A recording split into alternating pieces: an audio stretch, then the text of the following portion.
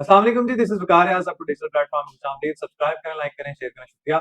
सबसे बड़ी ब्रेकिंग जो कि सैटरडे को दो मुकदमा का फैसला महफूज किया गया था। जज जो है मंजर अली गिल साहब ने उन्होंने फैसला कोर्ट लखपत में सुनाया है। महमूद रशीद, आलिया हमजा, शाह महमूद कुरैशी, सरफराज चीमा, यास्मीन राशिद, आलिया हमजा, सनम जवेद और दीगर पे मुकदमा थे। थाना शादमान और राहत दीकर पे जो जलाओ गिराओ और दहशतगर्दी के मुकदमा थे। एक जज जो सपूत है, बहादुर सपूत है कौम का, पूरे जो इंसाफ के पैराए थे, जो मेजरमेंट्स थी, जो शफाफ तहकीकात के मुताबिक जो फैसला जो महफूज किया गया था उसको सुना दिया गया। मैं कब से इस बात पे हम कायल थे और इसी बात को एक्सपेक्ट कर रहे थे कि जब तक 9 मई के सारे मुजरिमान को सजा नहीं होगी और इन लोगों को जब तक इनके अंजाम तक नहीं पहुंचाया जाएगा, तब तक मुल्क से ये दहशतगर्दी, तकसीम, नफरत, ये जलाओ गिराओ, ये जो सोशल मीडिया पे बाजार गर्म किया जाता है गंदगी का, गलाजत का, गालम गलोच का और नफरत का, ये न्याजी महात्मा साहब की जो ट्रेनिंग की हुई, जो सपूत इनकी कौम बनाई गई है, कौम यूथ अल इमरानडूज, तब तक ये मामला थमने वाला नहीं था। जस्टिस मंजर अली गिल ने बड़ा अच्छा फैसला दिया है, लेकिन इसमें जो जुबानी इंतजाम था कि शाह महमूद कुरैशी साहब को कहीं बाहर लाने का जो है वो इंतजाम है, ऐसा कुछ नहीं है। दीगर अभी बहुत से मुकदमात हैं। शाह महमूद कुरैशी साहब का जरूर ये है कि उनको एक जरा रिलीफ इस सेंस में है कि उनकी बकायदा इस तरह इन्वॉल्वमेंट नहीं थी। अब ये जो कहती थी तुम्हारी ऐसी की तैसी, कुत्ते के बच्चों तुम्हारी हिम्मत कैसे हुई, मैंने सिर्फ रिपीट किया है जो सनम जवेद के अल्फाज थे कि तुम उसको गिरबान से पकड़ के घसीटते हुए ले गए, तुम उनकी टांग भी तो ठीक कर दी थी यार उन्होंने, फिर इस लंगड़े को जो हमने वो सीधा भी तो कर दिया था, तो उसको फिर अपने अंजाम तक भी तो पहुंचाया। लेकिन तब तक इंसाफ तब तक कायम नहीं होगा जब तक इसके जो मास्टरमाइंड है, सरगना है, उसको सजा नहीं हो जाती और जो उसके साथ जो को पार्टनर था जो इसका इस सारी मास्टर प्लानिंग का, उसका ट्रायल नहीं हो जाता। खैर, 5-5 साल की कैद जो है वो आलिया हमजा, सनम जवेद को, यास्मीन राशिद, दीगर जो महमूद रशीद, सरफराज चीमा, इनको 10-10 साल की कैद की सजा हुई है और 5-5 साल की जो है वो आलिया हमजा और सनम जवेद की, हालांकि ये भी कम है और ये इनको जो है वो भयानक दर्दनाक सजा होनी चाहिए, क्योंकि फीमेल कार्ड जो है ना, ये औरत कार्ड खेलने की इजाजत नहीं है। हम वैसे ये बराबर है हर चीज में, तो सजा के मामले में क्यों आदि, ये गालम गलोच में, गंदगी में, नफरत में, इंतशार फैलाने में, जलाओ गिराओ खिलाने में और दहशतगर्दी फैलाने में सबसे आगे थी, तो सजा में इनको क्यों। खैर चले, फैसला खुशाइन है, अब ये चैलेंज करेंगे, ऑब्वियसली चैलेंज करते हैं, इनका राइट है। खैर, अगली बात यह है कि जी गंडापुर साहब की तरफ से इस्लामाबाद हाईकोर्ट में एक दरखास्त दायर की गई है कि जनाब न्याजी महात्मा साहब का जो है वजन कम हो गया और दीगर बीमारियां जो है वो लाक हो सकती हैं, तो सरकारी जनाब जो मुआलिज हैं उन पे इनको तबार नहीं है शायद, बल्कि यकीनन नहीं है।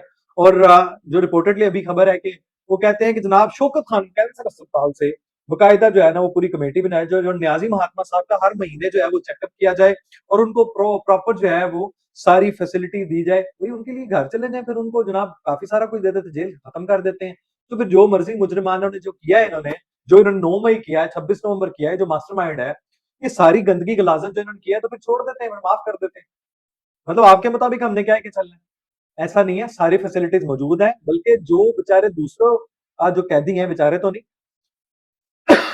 उनको नहीं मिल रहा काजू पिस्ते बादाम अखरोट और ये जो कैंस हैं, ये जो दीगर फैसिलिटीज हैं, जो लग्जरी लाइफ है, ये सारी तो प्रोवाइड की गई है।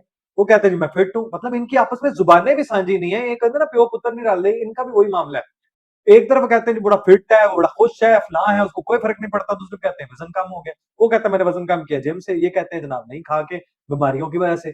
शौकत खाना में कैंसर अस्पताल का इलाज है जनाब, आपको सरकार से क्या मसला है। तो ये एक एक भोंडी किरदार है, मिर्जापुर साहब जनाब इनके लिए इतनी कोशिशें काविशें कर रहे हैं, ये उनके लिए इतने जनाब वो परेशान नहीं, लाक है उनको, गंडापुर साहब को, हलीमा खान साहबा को नहीं है, फैमिली को नहीं है, तो मतलब छोड़े यार ये बात, अब बाकी ऐसे ही इधर उधर की बात। खैर, एक और सियासी मंजरनामा में जो खबर है जनाब, वो शहबाज शरीफ साहब, नवाज शरीफ साहब, मरियम नवाज साहबा, एक बड़ी बैठक हुई है इनकी आपस में, जो सियासी अमूर हैं, पार्टी परफॉर्मेंस है, आगे जिमनी इलेक्शन है और एक दीगर खबरें जो है वो रूमर्स फैली हुई हैं जनाब मोहसिन नकवी साहब के हवाले से कि जनाब उनको वकार साहब की जो सीट है वो डी सीट जो है उसके उनसे ढंग से उनको खड़ा किया जाएगा एमएनए और फिर बाद में प्राइम मिनिस्टर बनाया जाएगा। I do not agree with this, he deserve but the thing is कि ऐसी सारी चीजें जो है बेबुनियाद है और वो खुद भी ऐसा मेरा ख्याल है वो विलिंग नहीं है और ऐसा भी जो है ना ये सारी चले। खैर, ये सियासी मंजरनामा में ये जो लोग कहते हैं जी फलां को चपेट पड़ गई, फलां को चपेट पड़ गई, फलां को जनाब थप्पड़ मारे गए, आज आसफ साहब, एहसन इकबाल साहब, ये पता नहीं रिपोर्टेडली बड़े नाम, असद तूर साहब रिपोर्टेडली, फिर जब ये लोग या कोई और जो भी है रिपोर्टेडली खबरें जो फैलाते हैं, जो misinformation disinformation fake news फैलाते हैं, फिर उनकी जो है ना वो वाओ-अजदाद जो हैं वो रो रहे होते हैं, फिर वो बाद में पीट रहे होते हैं कि जनाब वो उसने तो गलत खबर ही दी है ना, नुकसान ही पहुँचाया ना, मुल्क के इमेज को नुकसान पहुँचाया ना, सिर्फ फेक न्यूज़ ही फैलाई है ना, झूठ ही फैलाया है ना। तो क्या हो गया फिर क्या हुआ? सोशल मीडिया हरकत में नहीं आना चाहिए, वैसे भी सहाफ़ियों पे तो हम पे लागू ही नहीं होता जनाब, कि छोड़ें आप सारी चीज़ें, हमें तो बल्कि कोई धमकाएगा 7 साल अंदर जाएगा। तो ये सारी चीज़ें जनाब इनसे मंसूब की जाती हैं, तो मैं एग्री नहीं करता, ये वही खबर है जिस तरह फील्ड मार्शल के हवाले से फैलाई जा रही थी कि जनाब वो सदर बनना चाहते हैं। ओ भाई, कैसी अहमको घटिया हरकतें करते हैं आप लोग। भई वो मतलब भई वही बात है यार, क्या मातहत एक दरबान की वाली बात है, कि दरबान अब बादशाह सलामत दरबान वाली सीट पे तो नहीं आएँगे। हालाँकि वो बड़ी डिज़र्व्स करती हैं। ये मैं आपको सियासी मंज़रनामा पे ये जो उर्फ़े आम में जो लोगों में फैली हुई बात है वो बता रहा हूँ, कि जनाब ये होता है फिर कि बादशाह सलामत चाहेंगे। तो ये सब भोंडेपन है, सब घटियापन है। वो एक सिंसेरिटी के साथ, इंटेग्रिटी के साथ, लॉयल्टी के साथ वो सिपह-सलार जो हैं हमारे फील्ड मार्शल सब लगे हुए हैं। अमेरिका में जिनके लिए ऊपर पाबंदी थी, वो कहते थे पाबंदी लग गई है, उसको बैन कर दिया है, अमेरिका बुलाएगा नहीं, उसको दुत्कार दिया गया है जनाब, वहाँ अमेरिका जा नहीं सकता। तो उनसे उनसे जनाब उन अक्ल के अंधों से, जाहिलों से उनको फुटेज शेयर कर दें, आजकल वो पीट रहे हैं, मातम कर रहे हैं, वो सफ़े मातम बिछा हुआ है उनके। तो ज़रा वो बताएँ जनाब फील्ड मार्शल साहब कहाँ हैं आजकल? वो कितनी मुलाकातें कर चुके हैं? और वो कासिम सुलेमान की जो बात आप करते थे, वो मिले हैं जी, खान आज़ाद हो रहा है, फलाँ हो गया, रिहा हो जाएगा, कहाँ है भला? बताएँ? भाई he will remain in the jail until unless he will be punished for his Karma. वो जो उसने गंदगियाँ गलाज़तें की हैं, जो मुल्क में अफ़रा-तफ़री फैलाई है, नफ़रत फैलाई है, तक़सीम फैलाई है, फ़ौज के खिलाफ, रियासत के खिलाफ, इदारों के खिलाफ, तो जनाब इस तरह माफ़ी नहीं होती। हर बंदा जो है ना वो अपनी जो गुनाह है उसकी सज़ा भुगत के आएगा, तब जाके इंसाफ़ जो है वो जिस तरह आज इंसाफ़ के मुताबिक फ़ैसला हुआ है, जो है वो ट्रायल शफ़ाफ़ रहा है, मंज़र गिल साहब ने फ़ैसला सुनाया, खुश आइंदा। अब ये तो नहीं है कि हर बंदा जो है जलाओ-गलाओ करे करे और जनाब उसको कोई पूछने वाला ना हो, तो ऐसा नहीं होगा। उनके लिए भी है कि जिन्होंने कहते थे एंट्री बैन है, फील्ड मार्शल साहब की जनाब अमरीका नहीं। तो जनाब उन्होंने जो है ना वो मिट्टी-पानी और पेट्रोल पानी जो है ना इक्वल करके दिखा दिया तुम लोगों को। तुम्हारे मुँह पे थप्पड़ भी मार दिया, जूती भी मार दी है, गंदगी वाली। वो भी आपको मुबारक हो। तो ये जनाब रही बात कश्मीर की भारतीय जारियत की, पहले तो अपने जो खिलाफ मोदी साहब जो हैं, वो जो आरएसएस वाले हैं, जिनकी परवरिश वहीं से हुई है, जिनके अंदर जनाब वो फितना फ़साद है, पहले वो अपने खिलाफ जो है ना वो शफ़ाफ़ियत वाले इलेक्शन वाला करवाएँ, क्योंकि वो धांधली पे सिर्फ़ वो इसी पे कायम है और उनकी बोंगियाँ और उनकी गिलाज़तें जो है वो पूरी कौम उनके खिलाफ जो है एहतजाज कर रही है।